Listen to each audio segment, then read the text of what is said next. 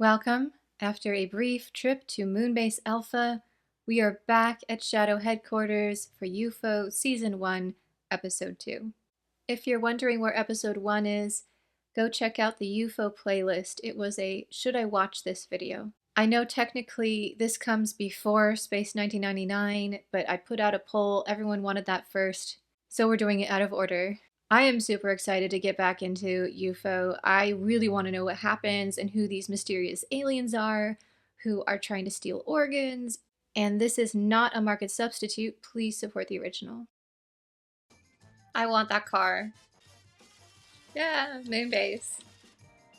No, that's all right, Miss Elan. I'm about to leave myself. Good night. Maybe it's the haircut, but he would make an excellent Vulcan. Range 32 million miles closing. Red alert. Red alert.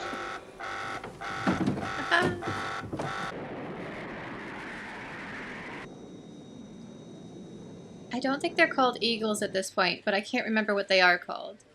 And obviously they look different. Nice shot.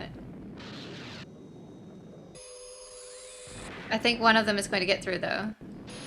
Otherwise, we wouldn't have a story for this episode.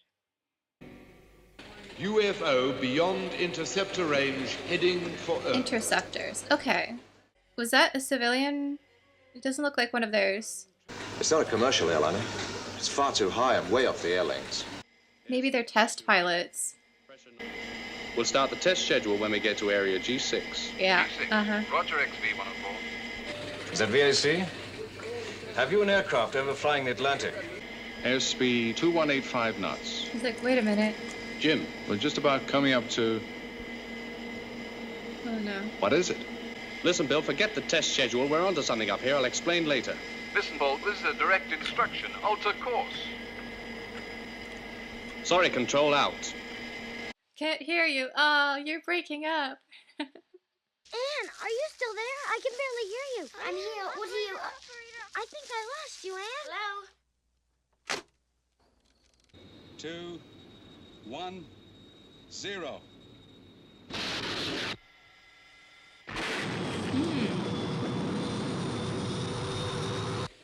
Positive. UFO destroyed. And the jet? Well, that's something. It was close. It must have been hit. That was their choice to stay and get in the middle of something. I have a feeling only one of them is going to make it. Probably him. What happened to Jim? He didn't make it? He didn't make it. I'm sorry. Yeah, they kind of foreshadowed that. He's probably at Shadow, though. I don't think he's at an actual hospital. Look, what I wrote is true. That's the way it happened. Explosion. Strange lights. You will never fly again for me. I feel for him. They're just completely gaslighting him. Well, if he's such a good pilot, why not just hire him? Now that he knows what Shadow is. I'm sure they could use more pilots. Well, I just considered that this was what any well-turned-out film executive would wear. It does look nice. Very dapper. Where's the cine film from the XV-104? This guy looks so shady. Look at this cup. So futuristic. I love it. Well, their cover is a film studio. Presumably they have special effects. What have you done? I ought to knock that smile right back down. This whole aircraft is moving with the rotation of the Earth. Apparent facts can be confusing in an aircraft at night.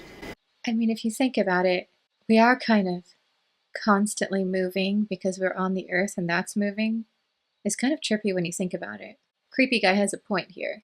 There are 100 other explanations. Only one, and you know it. I like this pilot. He is not backing down. He's like, I know what I saw. Stop playing games.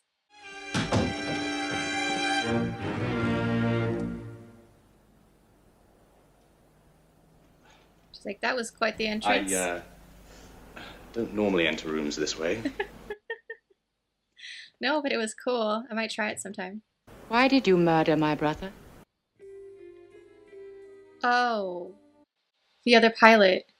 I love the costuming here. Because he has the blue jacket with the brown trim, and the other chap here, whose name I forget, has the blue shirt underneath the brown jacket. And it's just so perfectly complementary, these two gentlemen here. It is kind of a difficult story to swallow. Let's say the authorities had proof. What would be the result if it leaked out? Mass hysteria, terror. They exist. You've got to believe them. I believe you. Thanks. Of course, now they're going after her too, if she really does believe him, and she'll be in danger. How are you going to get into a safe? You're a test pilot.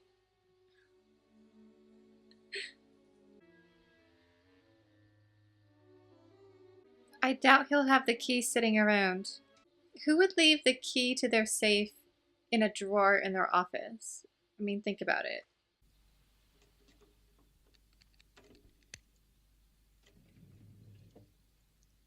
I used to have a locked drawer in a file cabinet like this, and one day I lost the key, and I looked on YouTube on how to open it, and it took like 2 seconds. And from then on, I never bothered locking it because it doesn't stop people. Like, look at this. The worst security ever. Can we take a moment to appreciate the guy who put the keys to his safe in a drawer in his office? I mean, I realized they did not have YouTube back then, so they couldn't just look up how to open a file cabinet, but...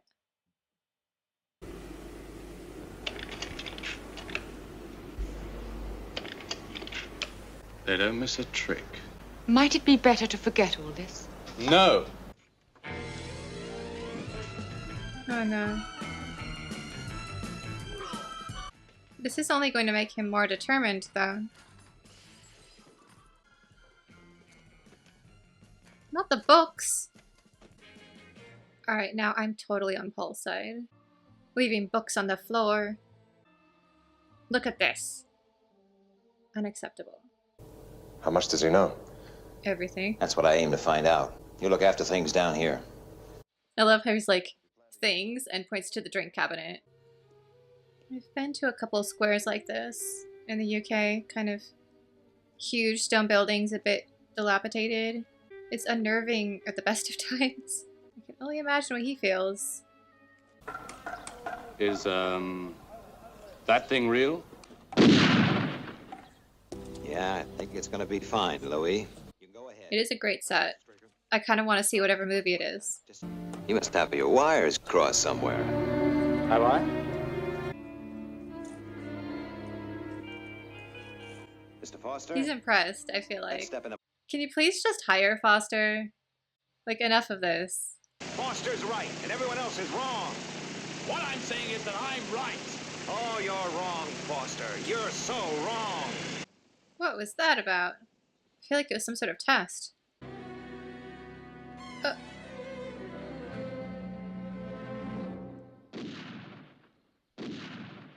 Things are not always what they seem, Mr. Foster. I don't think they get many visitors. Being a top secret bunker. Everyone's like, Dr. Fraser? Like Stargate? Operatives Doug Jackson and Cy Chan. I'm sorry, Dr. Jackson and Dr. Fraser. That can't be a coincidence, right?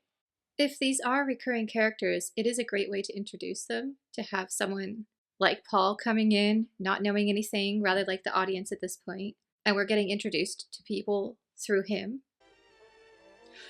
No way! That's not really his sister? Hello, Paul. Ah, the field leader. Oh, they totally got me with that one. I didn't think she was part of Shadow. Nicely played. Maybe they are trying to recruit him. It looks like they were testing him, right? It's all been a test for you, Foster. I knew it. You followed a predictable set of clues. You even showed a certain initiative. You could take him to Moonbase Alpha with you. He could be one of the new, better astronauts. Man able to captain the world's most advanced submarines. Take control of Moonbase. The right man.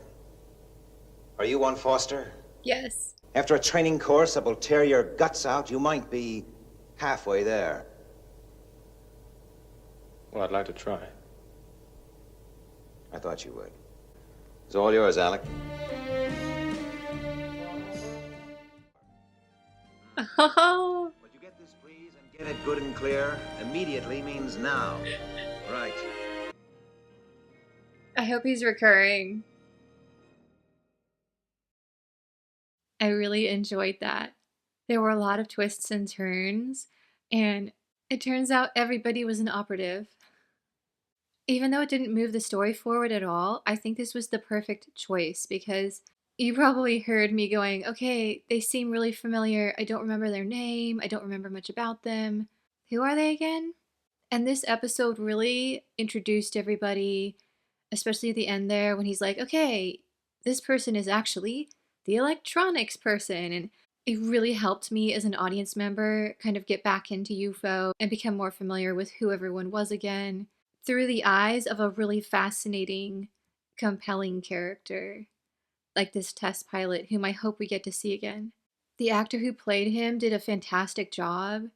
I was totally on board with his story, and it showed how far Shadow would go to keep their secret as well. Like, it raised the stakes on the organization. So I think that this was a really strong choice for episode 2. I was kind of dubious about the way they introduced Sai Chen. However, she was really cool. I mean, obviously she knew martial arts and had no problems taking down anyone. It was such a great reveal to have her show up at the end, along with everyone else. The only disappointing thing was that Freeman was supposed to go to the moon base, and I was really looking forward to seeing that, and then we didn't get to. So I'm hoping next episode we'll get a whole moon base. I know it's not moon base alpha yet, it's just moon base, right? I'm not sure. Either way, I really hope that that is the next story and really concentrates on the moon. I would love like an entire episode about each location, like a submarine episode. That would be really fun too. Just kind of seeing the day-to-day operations. I still remember my first tour of a submarine as a kid. It was a World War II one, the USS Pampanito. Being a child at the time, I remember 2 very important things. First, in the galley they had a cookie cooling counter, and 2, all those amazing torpedoes in the torpedo room. Yeah, that was my takeaway as a child. Submarines, cookies, torpedoes. One of these days I'll go back and make a proper vlog for you, because I'm sure there's more to it. But that instantly solidified my love of submarines, especially after going to the Vallejo Naval Museum, and they have a working periscope. Yeah, you can use it to kind of look around the city. It's so neat. Not that I dislike Shadow Headquarters, because there's a lot of intriguing stuff going on there, and I think the architecture is really neat. I think for me, the most exciting part of this show is just wanting to go visit all the locations. Like, I want to visit Moonbase Alpha, I want to go to the submarine. I don't want to go visit Hal. He's on his own there. No. Computer run spaceship thing, no, that's a pass from me. But everything else, I would love to visit. You just feel like a kid again when watching this show. It's been 38 years since we were here. Back then, for a split second, I didn't realize it was an ad. And I was like, oh no, the aliens are after hikers. I really enjoyed this adaptation of Emma. There were a few things I didn't like. Emma.